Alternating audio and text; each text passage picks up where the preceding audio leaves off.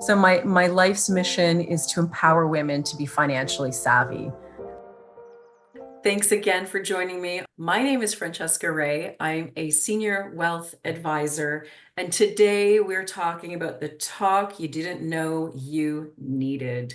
I am very excited to have two wonderful guests with me today. We are going to do this in a two-part series. Today, we're giving you sort of the basics of what you need to know, and tomorrow at 7 p.m., Wednesday, May 7th, we're going to go in a little bit more detail in a second part. So we do hope that you can join us then. As I said, I am a senior wealth advisor and I have been in the business for 21 years. I see so many different things and so many different stages of people's lives. And one of my passions is estate planning and everything involved around that. And sort of has brought me to why we're here today, and even my own journey of being single last 5 years and having to redo my will. Things just started making me feel like, wow, I need to come up with a plan. I'm on my own. Nobody's advocating for my health if something should happen to me. I have two children that are minors. What do I do? And both of my guests have kind of come into my life to help me guide on that path. And so we're here today to share more about not only being a single woman, but also being a person or a woman in a sandwich sort of situation where I've got aging parents and what do I do? And I also have children that I have to deal with and a career, a household, and being in these two, I call bookend situations, and you're in the middle. And here we are today. We're going to be sharing some really good information on how you get started on relieving the stress and chaos in that situation. So I am going to start with my wonderful friend, Jeanette Bock. She is an elder care planner and founder of Fluid Senior Transitions, a consultancy dedicated to assisting seniors and their families through complexities of aging. Her passion lies in guiding clients through various life choices, whether planning to age in place, navigating unexpected crises, and transitioning to new living arrangements. She's built a strong network of over 200 trusted professionals, including estate lawyers, home care agencies, real estate agents, and financial advisors to provide comprehensive support to seniors across the GTA West. And one of her trusted in her network is Carly Hickey, who is also our guest today. And Carly is a registered nurse in good standing with the College of Nurses in Ontario, and since 2010, with nearly 15 years of nursing experience. The last 7 years, she's been working in intensive care units across the country and cared for severely critically ill patients with a wide range of injuries and illnesses. And during that time, she noticed patients and families were gravely unprepared for serious illnesses and create a solution to fill this healthcare gap proactively.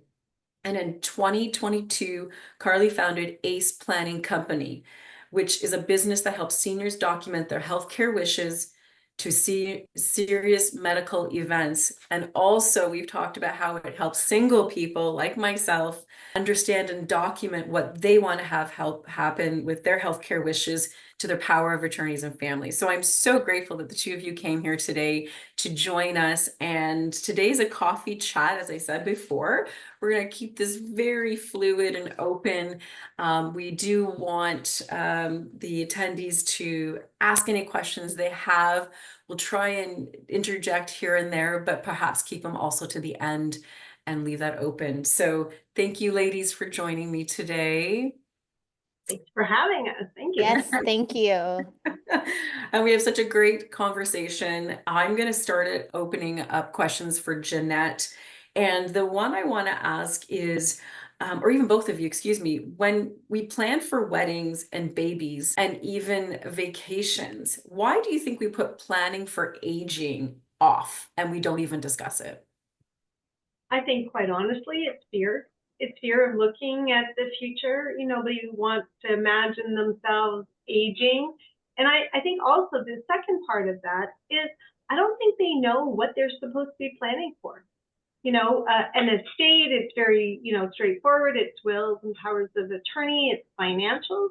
But nobody ever thinks about how they're going to live and when things might get difficult and what they might choose to do in those circumstances.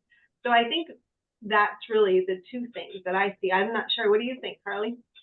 Yes, so I would completely agree with you, Jeanette. And I think as I'm reflecting on, I have young children, there are very tangible milestones that occur when you become a caregiver or you transition, which doesn't necessarily happen with aging. And so, for instance, when you're getting married, you have a wedding date, so you know what you have to do on that wedding date, and you work backwards, and you have this vision that you can execute. There's a lot of professionals in that industry. It's very joyous. It's a great time to engage in this process. Same as having a baby. There's lots of really positive feelings around it. It emits all of these great emotions. And there's a deadline, 40 weeks, give or take for some people. But we know that there's, what happens in 1 month, what happens in 2 months. We kind of have these milestones. With aging, it's kind of in reverse and everything becomes more clear in hindsight. And oftentimes it only becomes clear when there's a sentinel event, whether there's a fall, a healthcare crisis, a catastrophic illness or injury. And that is where we get into this reactive process of making decisions, calling up Jeanette to get mom or dad out of the home, and trying to call you, Francesca, for mobilizing assets to fund the financial needs of care at that point. And so I think that those timelines are really important. But if we can figure out a way to become proactive in the logistics by being prepared for any situation that might occur, and equipping ourselves with the professional toolkit to help navigate those decisions seamlessly, can be really helpful. Absolutely. I mean, I'm a planner, and so I know how important it is to plan people's retirement, but definitely you two are in that space of planning for beyond that, or healthcare needs, and how we can help others talk to people and their parents to get that conversation started. Um, so Jeanette, what is the one thing you wish every adult child of aging parents knew before a crisis happens? What their parents' plans were.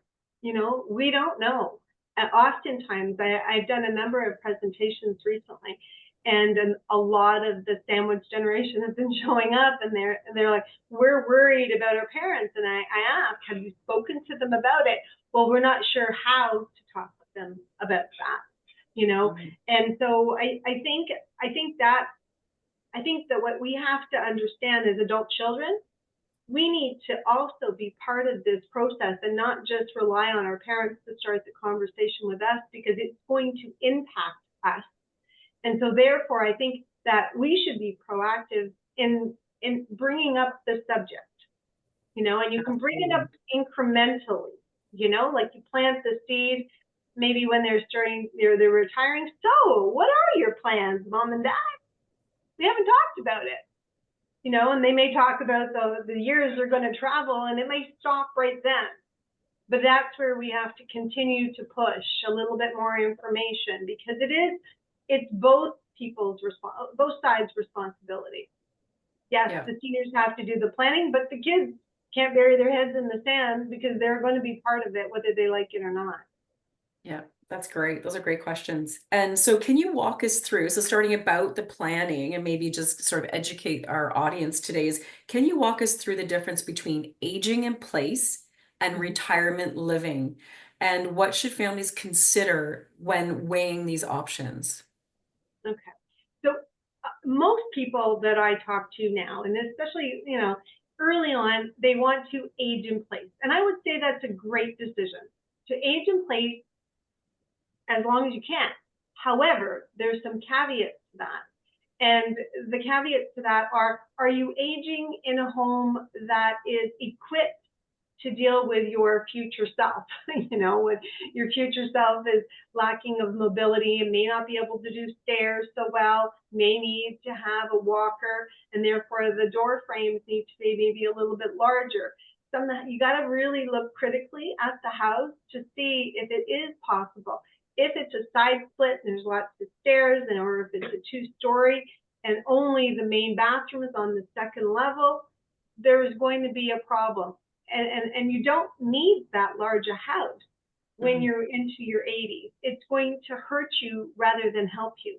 And so I want to challenge all the older adults here to really think about where they're living, because ultimately, if the house is not conducive or your home is not conducive to aging in place, you either need to put the money in early on before you retire, quite honestly, because you're not going to want to go through major renovations when you're in your 70s, right? And also you have to think about that money is coming out of your savings now. You know, so if you do a large renovation, that money is coming out of your savings and not out of when you were working, you know? Yeah. So you can't get that back. So I really, really challenge people, think about where you're living and really think about, is that a house that is conducive for me to age in place in? Because if it's creating more challenges, you're going to spend more money in trying to get care into the house and to manage the house. So, and that's what I see. Most people are, I'm going to age in place. Well, that's great. Love that. But you actually have to do something about it. You have to follow through on it. Otherwise, most end up in retirement living, you know, in some way, because they didn't think about the mobility factor or other things, you know. Absolutely. And I recently had an experience where a client wanted to age at home and in place, and had stairs and all those wonderful things, got 24-hour care. And the family members came to me and said, did you know it was costing us $13,000 a month? And that wasn't even like supplies included in that. And I'm like, that's, you know, that's what's happening. And they're like, what do we do? And how much money does my father-in-law have? And is this going to last? And so, you know, you have to work with the financial advisor as well, just to come up with strategies on how to make this work. And, you know, it came to almost a time where money was going to run out, and that was going to be it. And then what do you do? So the next question I have then is like, what do the costs really look like? And what are the common assumptions that people get wrong that you find when you interact with them? Well, I think a lot of people don't realize the cost of home care. Because whenever I actually, like you said $13,000. Actually, that would be maybe 8 hours a day, 12 hours a day, but it's not 24 hours a day. Okay. And that would be more towards $27,000. So you got to ask yourself, who can afford that, for one? Because retirement living, on the other side of things, depending, there's various levels of retirement living, in so much as there's, you know, there's a lower or more basic retirement living, and then you can get really fancy retirement living for aesthetics wise and amenities and things like that. But it ultimately, if they need a high level of care, that's where you're going to be spending the most amount of money. I would say, you know, your suite rate might be, if you're looking at a studio, let's start there, anywhere from $4,500 and up. But if you have, if you require portering assistance, incontinence care, medications administration, and all these other things, you could be adding another $4,000 a month to that care, to that bill. And if you don't move into the right environment, if you have a high level of care and you need what they call assisted living, that is a separate floor within a retirement community that offers additional staffing and support, and they're usually able to take on a higher level of care. But it comes with a price. Right. And so I've often seen as well that there's couples moving into the retirement home, retirement living. And so the price you gave is per person, right? So no, it's not per person. So a suite would be, let's say it's $4,500 to start. That's a studio, so not a great example for two people. Typically, the second occupant is about $900 to $1,000 that they pay additionally, because it's taking into consideration their food, their amenities, you know, so, and their activities. So that's what that $1,000, $900 to $1,000 is for a second occupant in that And room. that's also more of like a, I don't even know how to describe it, and correct me if I'm wrong, but that's sort of like the lower end where I've heard people saying my mom is in a $10,000 a month retirement living facility. Absolutely. So Yeah. I mean, I've seen suites for 9,500, 10,500 kind of thing Yeah. in some of the more upscale retirement living communities.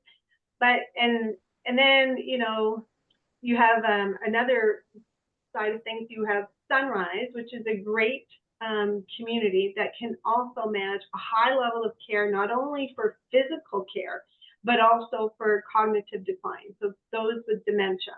They do provide an excellent environment. It's not fancy. They don't have a ton of amenities. Their model is all about the extra staffing and the care. Perfect. Perfect. And So, if I can add on to this yes. conversation, I think something that's been coming up a lot lately is this thought or this trust that the government will subsidize aging or pay for aging. And we're not really factoring in, the many thousands of dollars it would take to care for our parents. And that's a big conversation that I focus on, is to say, if you, and especially the expectations that people have, if you're paying a lower cost for a place, you're getting a different level of service or, care offerings and such. And I just really think that we now have to get it into our minds that there will be a large chunk of money that will go into caring for our parents, in repayment as they cared for us all of our life. And the other factor is thinking of this generation of young people who they're not inheriting as much wealth as they used to, because cost of living is a lot higher. People are having trouble purchasing a home in their 20s, carrying student debt. And so they rely on the inheritance from their parents in hoping that that will subsidize their living or they can live off of that. But now the parents are relying on that for their aging costs. And so really trying to get people to think about, in a longitudinal fashion over the lifespan, what does your financial saving look like so that you're insulated, so that your parents can use their nest egg to, to provide the costs that are necessary for their aging care? Because it won't be necessarily from, our provincial ministries, unfortunately. Yeah. No, Good point. I would say we are seeing less and less money really being available and put towards Ontario Home Health, or even, long-term care. We'll get into that a little bit later, but it's really not an option for most these days with 45,000 people on the wait list. So we really need to encourage the younger generation and sort of say, like, our demographics is coming there and resources are coming down. So you really need to think about that and how you might be able to help your parents instead of having to pay for things. Absolutely. So just one last question for you before I move on to Carly. Jeanette, is how can we spot the early signs that a parent might need more support before it becomes urgent? Because we're trying to prevent the urgent. And so being more proactive. Understood. So, I mean, some of the things you start to notice as an adult child is just, you may start to notice that there's more short-term memory loss, that your parent is sort of saying things a number of times. And initially that might not be concerning, but you might start to sort of track it over time and start to realize maybe there's some cognitive decline there. When you visit the house, if you're starting to see a little, when your parent had always been really neat and tidy and things are not kept in certain that way anymore. Maybe there's not a lot of food in the fridge. Maybe they're not paying their bills on time or forgetting to pay them completely. You start to see a bit of a decline.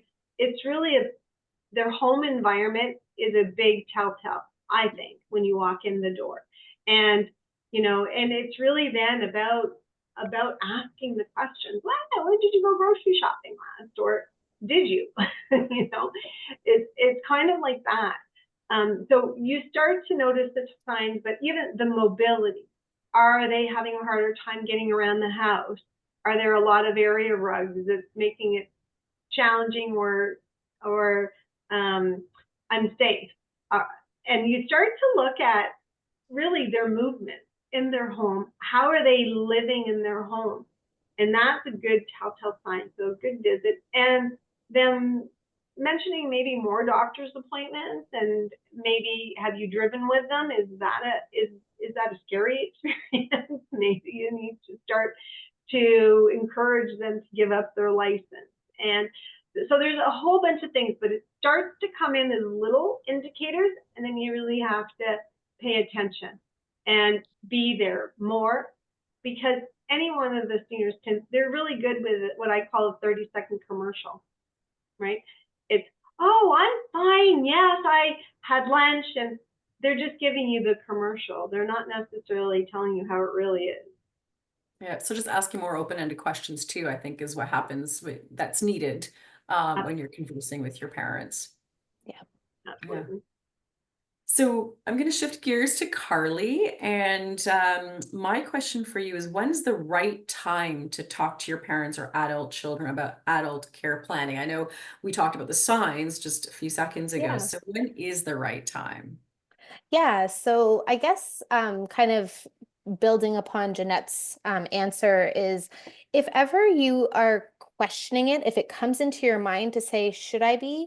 That's my first prompt, is we should be leaning into this feeling, because there's something there that's giving you this gut instinct that maybe we shouldn't be putting this conversation off. And so I think that that would also kind of be an indication when to start this conversation. In my experience, kind of what put me into this line of work is I would see families come in through the emergency department up to the ICU, and I would be helping resuscitate the patient, and the physician would be listening to the family or engaging in a discussion with the family, and they'd say, have you ever talked about your loved one's wishes? During this time, there would be cardiac monitors going off, the ventilator, the patient would be in crisis.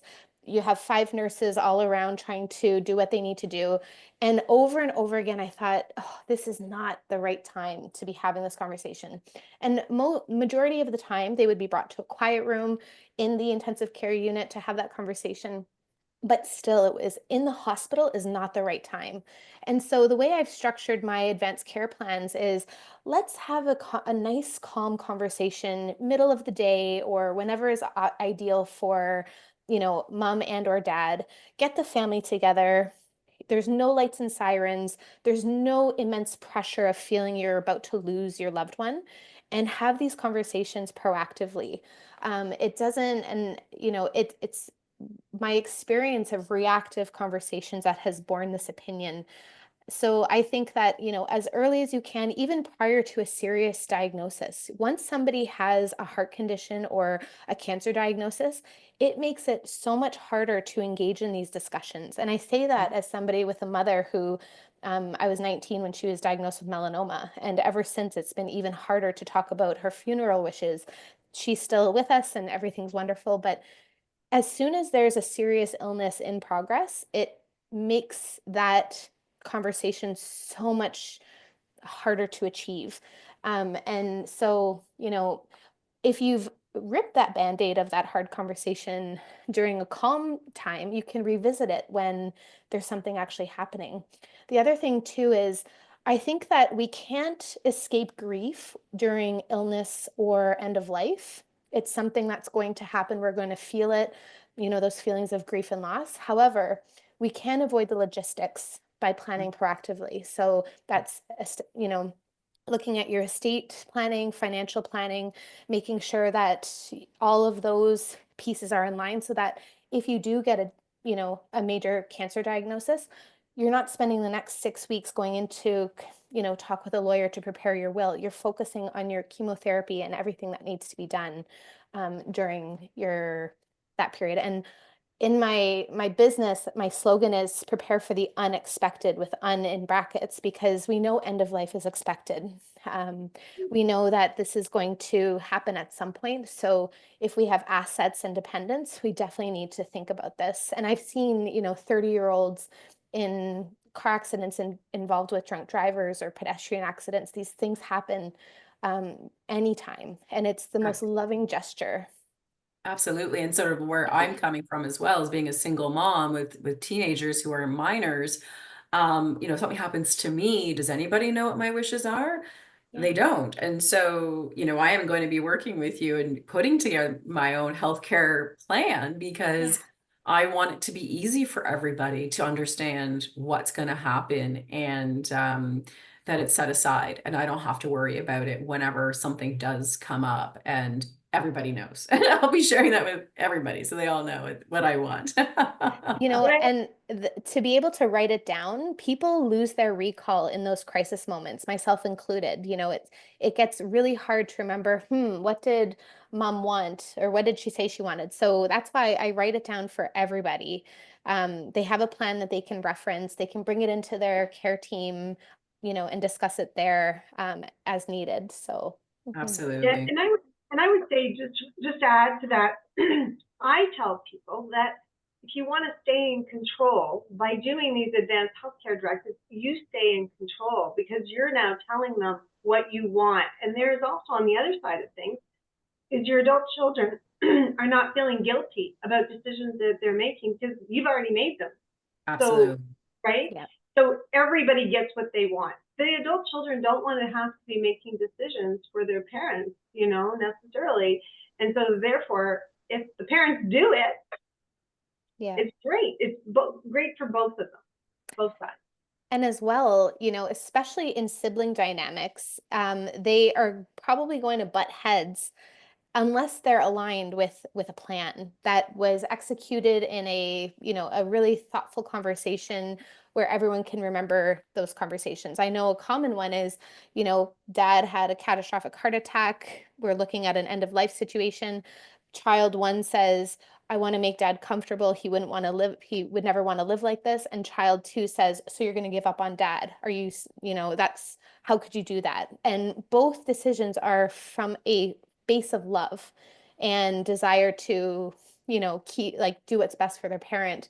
But the parent is the tiebreaker. So if we can put that plan in place with the right language, then it can just really safeguard that family unit for, the necessary grieving that's going to take place after. Absolutely. And so, what would you say would be a gentle way to open up that conversation with a parent who's resistant or brushes it off? Because I'm sure a lot of people may think that is the case and know that it's the case. So, what would you suggest? So first would be to remove any age-related factors that might color the intention of that conversation. And I really like to, start with role modeling that to say, hey, dad, my husband and I, we just did our will. It gave us a lot to think about. And I'm wondering, have you, it makes me think about your planning and things I need to know for your care. How, and this is just reasonable. Everyone needs to do this at some point.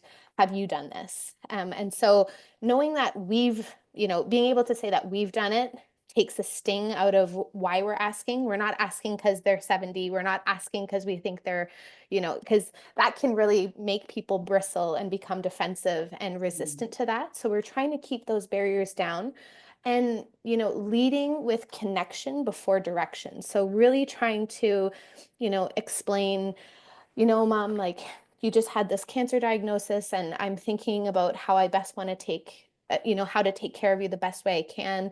And you mean so much to me. And of course, making it genuine and making sure that it's the language that you would use, but, really being intentional and saying, I really want to look after you and I want to know what your wishes are. We don't have to talk about it now, but I want to put it out there. I'm going to ask you again. And, you know, maintaining that calm demeanor of really desiring that connection.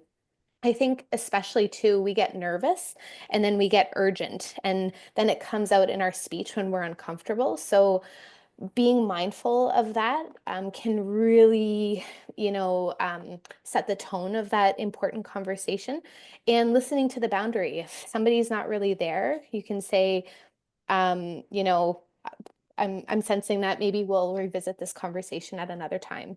As well, taking into consideration, are they a morning person? Are they a night person? Do they relax with a glass of wine? Do they need to have a smoke before? Will that bring down the tension, before engaging in those difficult conversations? Really knowing the details like that can really help that conversation go a little bit better. Maybe if it's up at the cottage and you're sitting around a campfire and that makes sense, there's just figuring out what works for your family can be really helpful. That's really good advice for sure. And those are tough conversations that are important, but can be backed up with a lot of emotion for sure. I always say, try to get out of our logical brain and into our heart and just speak from the heart. And that probably would work more so instead of the doing and the go, go, go and the need, just like, what do I really want to say from my heart? Yeah. Yeah, and validation is the best tool to facilitate that connection when you're feeling somebody bristle or resist and say, I know this is a really hard conversation to have, and it's not that I think that anything's going to happen to you at any time soon. I just, I'm thinking about these things. I'm worried about, not making the right decision or, and that kind of thing. And I think too, parents don't want their kids to worry. So Yes. if from their perspective, if my kid said to me, Mom, I'm really worried about how to take care of you, I'd say, okay, we're going to calm this down, and make you feel really comfortable. And so that's how I would start that. Beautiful. So how about explain the difference between advanced care directive and a DNR order in real world terms? Because I actually have this when I was going through writing my will, and I was asking my lawyer, like, I want to do an advanced care directive, and should I keep it with my will? Do you need to know? And she's like, well, why do you need that when you already have a DNR, like, do not resuscitate me in the will? And I was like, well, I think I need more information to be than just that, right? Like, so I would love to hear your explanation because I think it was a very interesting question that she had. Yes. So, we could spend like a whole afternoon workshop talking about do not resuscitate confirmation forms in Ontario. It's very complicated. Essentially, in Ontario, you cannot pre-authorize your consent to treatment, with the exception of a do not resuscitate confirmation form and a MAID assessment process. And so if you go to your doctor and say, I don't want CPR, I don't want to be intubated, I don't want aggressive heroics, they'll say, I'm going to fill out this form. You have to keep it on your person at all times. And it's usually for people with advanced age, frailty, advanced dementia, like people who are very close to end of life or have a terminal illness in progress is when the DNR forms come into play. And, you know, in that case, so if you were shopping at Walmart and you fainted and you had this DNR form and the paramedics came and found this form and they would try to confirm that this is in fact yours and everything, then they would honor the form and they wouldn't resuscitate. An advanced care plan or advanced directive is I've seen advanced directives written by lawyers that are brought in by families, and it's always the family or the decision maker that has the treatment decision. We're not necessarily bound by what's written on the paper. We have to ask either the power of attorney for personal care or the substitute decision maker, as it's described in the Healthcare Consent Act, for treatment. One example, treatment consent. One example of this is your when you go to renew your Ontario driver's license and you select that you're an organ donor, this is a registration of your wish to donate your organs. It's not your consent. So your family has to say, so the organ donation team can come in and say they are registered, do you provide consent for their organs to be donated? They can say no if you are registered, or they can say yes if you are not, because it's the wish that has been registered, not the consent. And that extends to probably the majority of treatment decisions. And that's why we prepare these decision makers with what to know and how to navigate those decisions. Because as well, you never know if somebody who has, not to get political, if somebody has certain ideas about vaccination, will they make a decision in alignment with their vaccination ideals that might not be in alignment with yours? And that kind of thing, or religious decisions on accepting blood transfusions and such. So really trying to have that all well documented is important. Absolutely. I agree 100%. So we are coming close to the end of our first part today, and I have a couple of questions. I'm just going to wrap it up. Also encourage those that are on the call today to have some questions in the chat, and we'll leave some time afterwards. But again, for either one of you, if someone's watching today and thinking, I know I need to do this, but I don't even know where to start, what would be your suggestion on the first step? Well, I would say, you can have a conversation and say, hey, Mom, Dad, listen, I want to be here for you, through your aging process. I'm just curious, what have you planned so far? Like really light, just to say, or even just to ask, hey, I don't think I've asked you this, Mom. Like, are you and Dad thinking of moving into retirement living, or what are your plans? It's really like light, and it's planting a seed, and it's not like I'm waiting for an answer. It's not that. Don't put the pressure on. Try and have a light conversation, or even to say, oh, a friend of mine's parents are moving in over to the new Amica that's being built. Got me thinking about what your plans are, because we haven't had that conversation. Keep it light to start, because you don't want them running off in the other direction. But interestingly enough, Francesca, I hear most often it's the parents that don't know how to bring it up with their kids. Mm-hmm. And I mean, I had that yesterday. I was doing a presentation at a church, and that was the question.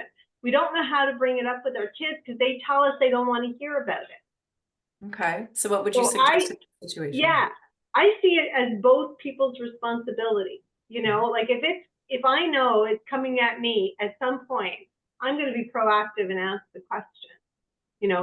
If I'm a senior, and what I told the seniors yesterday, if you're not sure how to start the conversation, start it by, saying, do you think I should stay in my house? What do you think? What are your thoughts on that? Or like elicit feedback and information, and then see where it goes.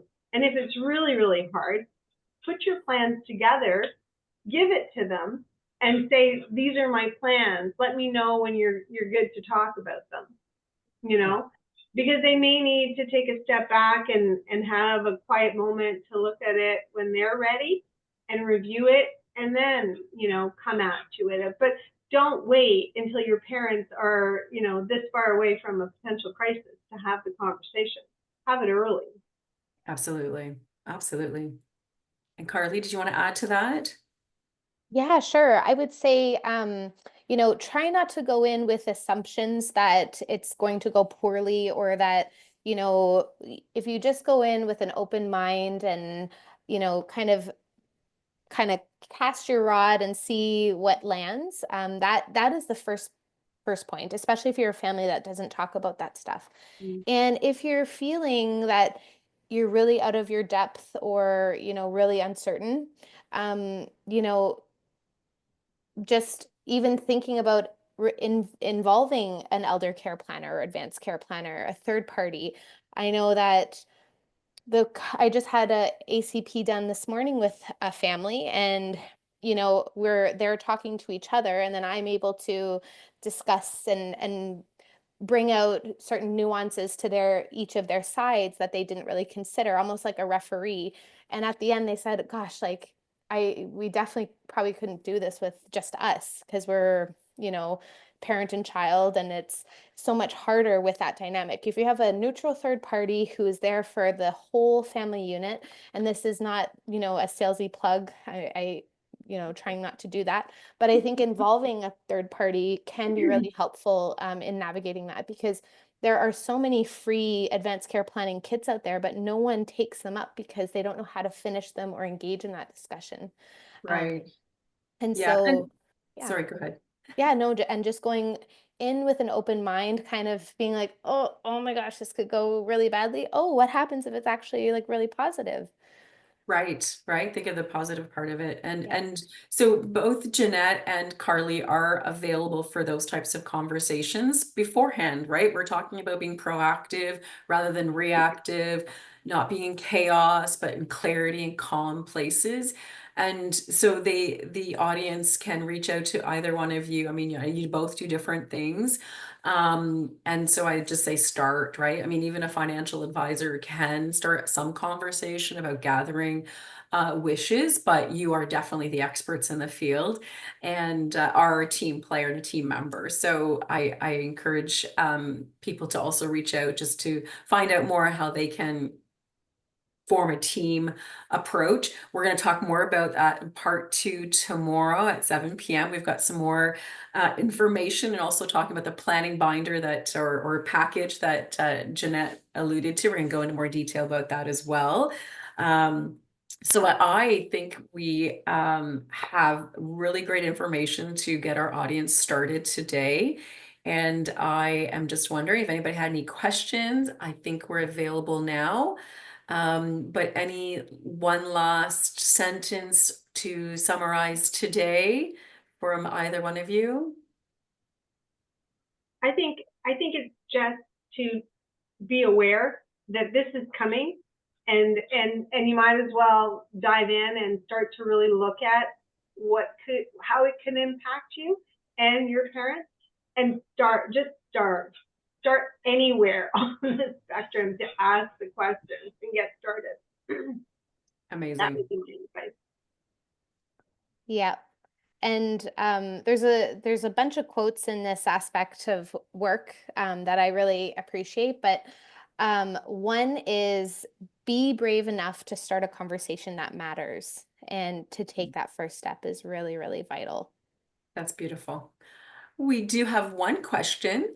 How do you manage when your loved one is assisted living, but they don't want the extra care they need because of the cost? Great question. Yeah, that's a great question. That's a tough one. Is it because they don't have the money for the cost? No, they have the money. They're just frugal. Yep. Yeah, well, that is part of that generation. You think about many of older seniors who grew up in the Depression, et cetera, and they don't want to spend their money because they need it for tomorrow. A doctor once said to me, and I've never forgotten this, it's like, you saved all your life for a rainy day. Today's your rainy day. It's why you saved the money. And this is the time to be spending the money. Yeah. So, I mean, I definitely hear this quite a bit. And I think more towards what Carly said, it's because parents feel that they need to set their kids up when they pass and leave them an inheritance. And therefore, they are reluctant to spend it on themselves. But what I find is that the kids can't step in to manage this extra care. And many of them would prefer that the parents just get the care they need. And so it's not becoming then a burden on them to figure it out. So I know, I like the rainy day. Yes. Thank you for Yeah. that question. That's great. And I would say too, if there's a way to reorganize care where, siblings and, extended family can come in to help subsidize that if they're really concerned about it. Maybe there's other ways that we can get creative with offsetting those costs from creating like a family train of caregiving, if you will. But I do really think that, what are they not getting that's going to cost them even more? And so, yeah, it gets really, really tricky. And then the other consideration is, do they have capacity for that decision? Is this a capacity piece where now a power of attorney needs to come in and say, I don't think that there's like an understanding of this illness that this person can actually make that decision.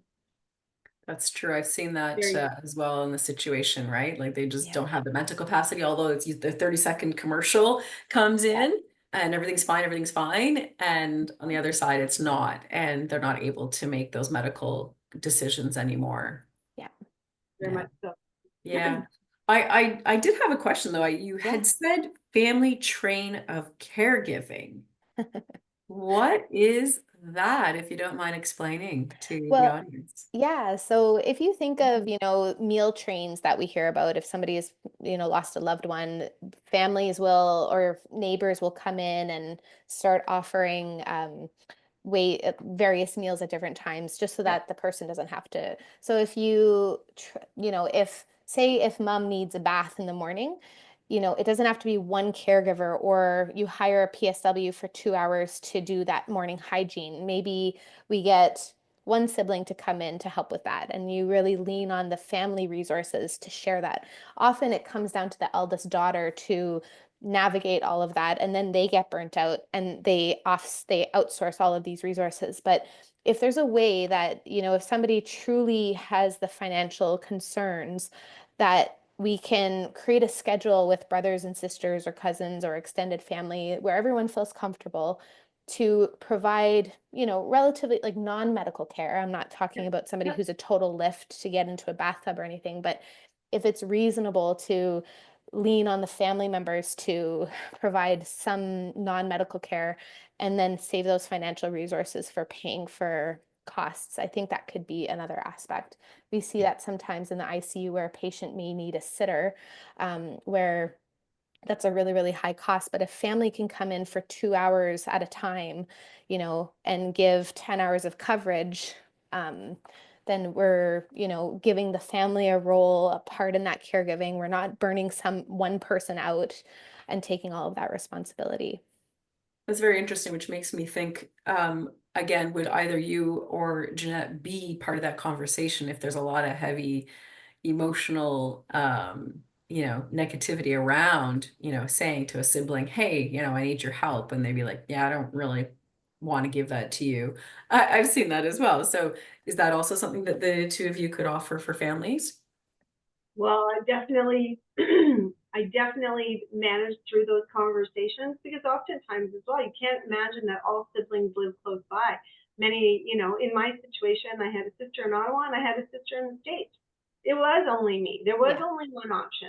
And so what I have seen before in families that are sort of, spread out is that the person closest will manage as much care as they can and everybody else will take another piece, either in finding the help or looking for like additional resources.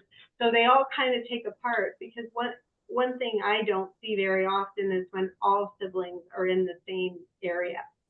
Yeah. Very rare do I see that. Right. Yeah, Yeah. that can be a challenge these days, for sure. For sure. We've gone over our time, but great conversations. I am so thrilled with our first part of the conversation. Second part, as I said, is tomorrow, Wednesday, May 7th at 7 p.m. And we're talking about when the plan gets real. I think we've had some analogies and examples, and we're going to go into a little bit more deeper tomorrow. So I look forward to seeing you all there. And thank you so very much, ladies, and we'll talk tomorrow. Great. Thank you for having us. Bye. Bye-bye.